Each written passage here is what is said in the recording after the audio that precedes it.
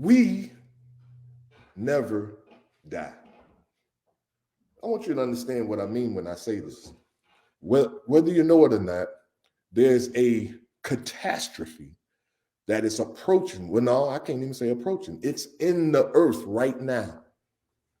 And the death toll is going to be greater than COVID, greater than the Black Plague. And I said that was what, 25 million? And it was 100,000 as far as for the COVID-19. So something that devastating that's coming to a theater near you and I, we have to really be mentally and emotionally prepared for this kind of catastrophe and this kind of death that's going to be coming so close to home. But if you understand death is the wrong word to use in what really happens, because you and I, the real you and I that comes from God, is not flesh and blood. Flesh and blood, brothers and sisters, this is just a vehicle, like a car. You know how you get in your car and you go to the store? The only thing about this vehicle, when you get in, the only way you get out is for this to die, not you. Just like if you had a car accident, somebody ran you off the road, you hit a pole or whatever, you get out and thank God I didn't die. But your car is dead, it's done. This is what we go to funerals. We go to funerals to say goodbye to the image that you were getting around in, or the vehicle that you were getting around in this life in. But when you and I, let me say it right. When this vehicle no longer exists, when it no longer lives, you and I leave. When we die, we go back to God. You are thought. God is thought. So now, why am I saying all this? I'm saying this because when your loved one dies, so you think, because they really don't, when your loved one's vehicle dies and it no longer works anymore, usually when our car don't work, we take it to the junkyard, right? Get rid of it and get us a new car. Well, guess what? So do you. But the thing is, when you come back, when the baby is born, the Spirit of God, which is you and I, when we enter a new vehicle, is that there's a soft spot in the top of that baby's head, which is the umbilical cord that connects that newborn child to God. Just like there's a physical umbilical cord that connects the baby to the mother, there's a spiritual umbilical cord that connects that child, that newborn child, to God. And this is how you and I get back on the throne, is through that umbilical cord. God sends us back, and we start this thing all over again, to the point to where when that soft spot in the baby's head gets harder to the point to where it's not soft anymore, that's when the baby begins to form language and it can speak. But now, when that happens, you lose all past memories. You don't remember who you were in past life. And the only flashes that you get is a thing that we as humans call deja vu. Your job as a spiritual being experiencing a human existence is to balance spirituality and humanity and gain and stay here long enough. This is the key part. You have to live long enough to remember what you forgot. A lot of people they get in their 70s and 80s and they begin to remember. But they didn't take care of their body. So they cancel out real quick. But what if you were taking care of yourself, eating properly, thinking properly? You'll stay around. Back in the day, in the Bible days, they said we live to 900,000 years old. We happy if we make 100. We really underestimate ourselves. I mean, when our loved ones transition, which it should be the term that we use, stop using death. Stop saying my mama died, my father died, my son, my daughter died. They did not die. They transitioned from this plane of existence back to God. And if they did not learn the lessons of this life, then we have to come back and retake that course, life, all over again. See, if you understand this transition process, then you won't feel, how can I say, devastated when God removes someone from this plane of existence and transitions them back into the earth, because there's still some more things that they have to learn. Because if you understand that we are spiritual beings experiencing a human existence, then when the human flesh dies, we transition. If you understand that, then you will not be devastated by death again. And you need to understand that, because if you don't accept this understanding, then the death that's coming upon this planet real soon is going to wipe you out. Because emotionally and psychologically, this concept of death, that a person dies and it's just really the body. When you go to the funeral home and the body's laid out there in the casket, that's not your loved one. That's just the car. Do we go to the junkyard when our car comes out? Do we go to the junkyard and lay flowers out on the car? See, emotion comes with this thing, this flesh. You and I, we are not emotional. Let me say that again. Emotion is not a thing that exists with God's. We are logical thinkers. This is who we are. So when we experience slavery, some of us probably think, why would God put us through something like that? The emotional trauma, everything that we went through and everything. That's a whole nother lecture, but it deals with, again, transformation and transitioning, because this body is carbon based. Now, what is carbon? Glad you asked. Carbon is that stuff you put in your barbecue grill for cookouts. Charcoal, that black chunk, that's carbon. Now, when you take carbon and you put it in the earth and you put it under extreme heat and pressure, it changes properties and it becomes something else. It crystallizes. Now, to give you an example of what I'm saying, how many of you have heard that God made us out of clay? Right?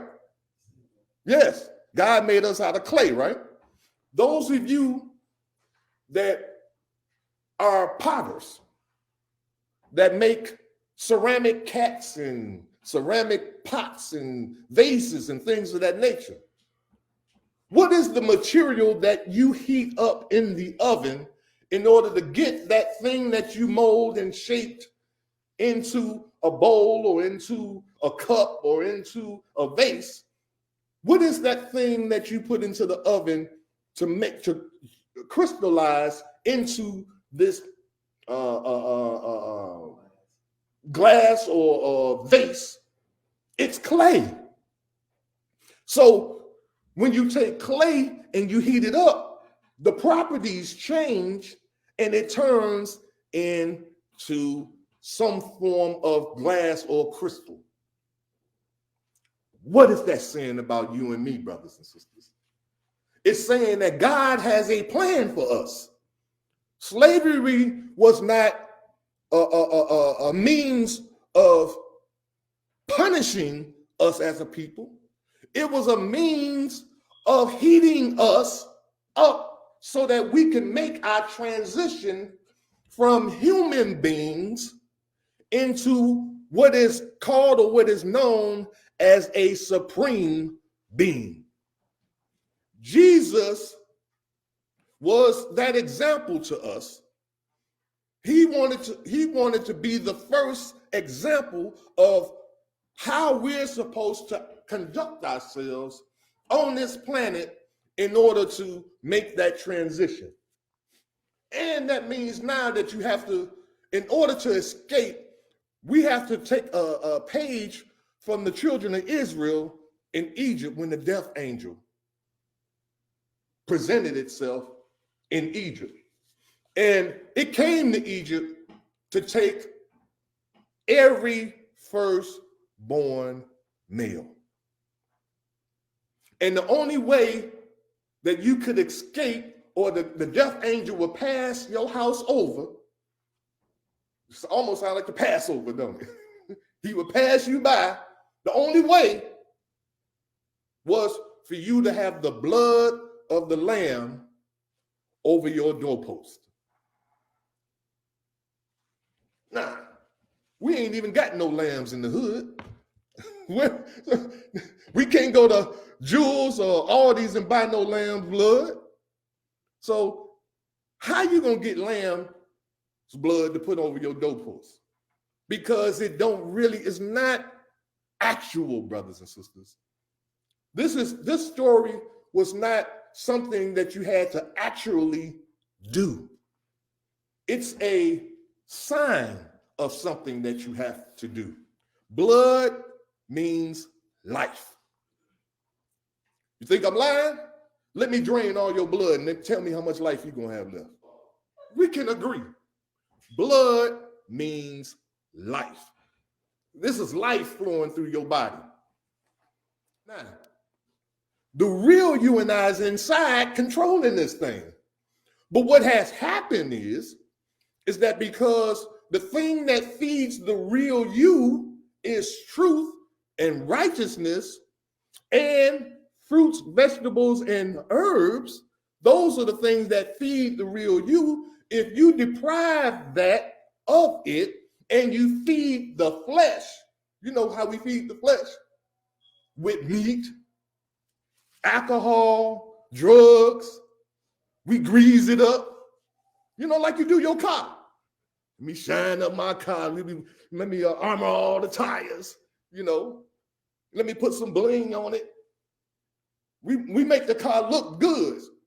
We are malnutritioned because we are not being fed the truth. We are not being fed, or we're not eating or consuming righteousness. The food of the gods. We are not consuming those things. And we have been taught to eat the wrong things 3 times a day.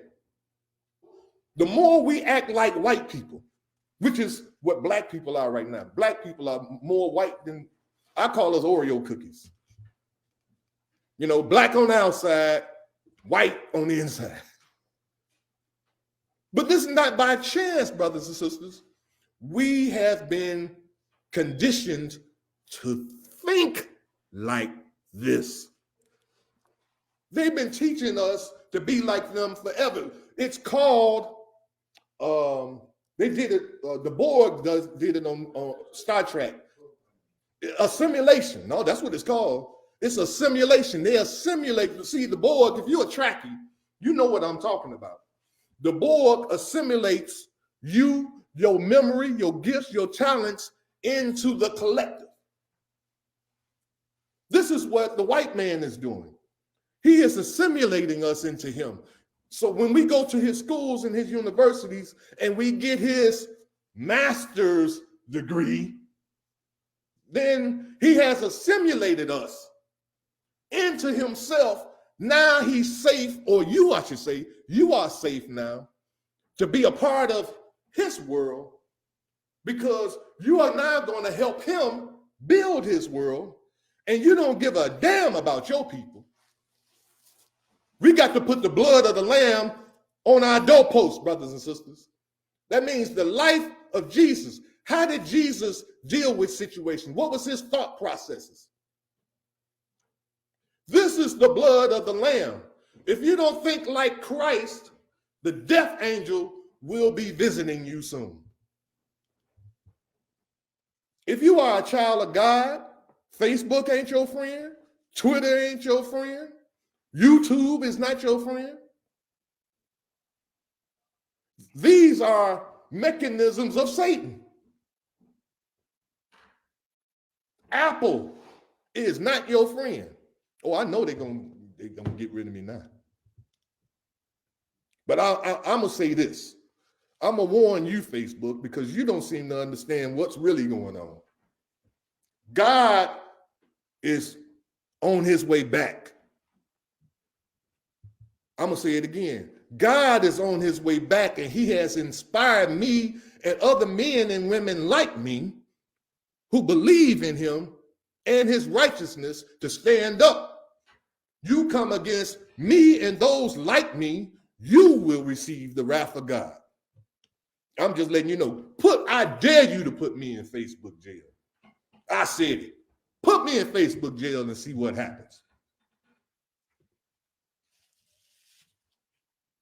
See, this is the problem.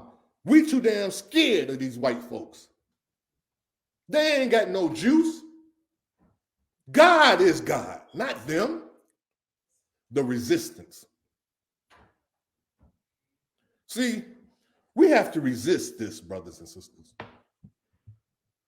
You can't keep saying, I'm tired, or I'm sick of this, or this ain't right. And that's all you do. But there's no resistance. I'm calling today for a resistance movement. We want to resist. Gandhi called it non-cooperation.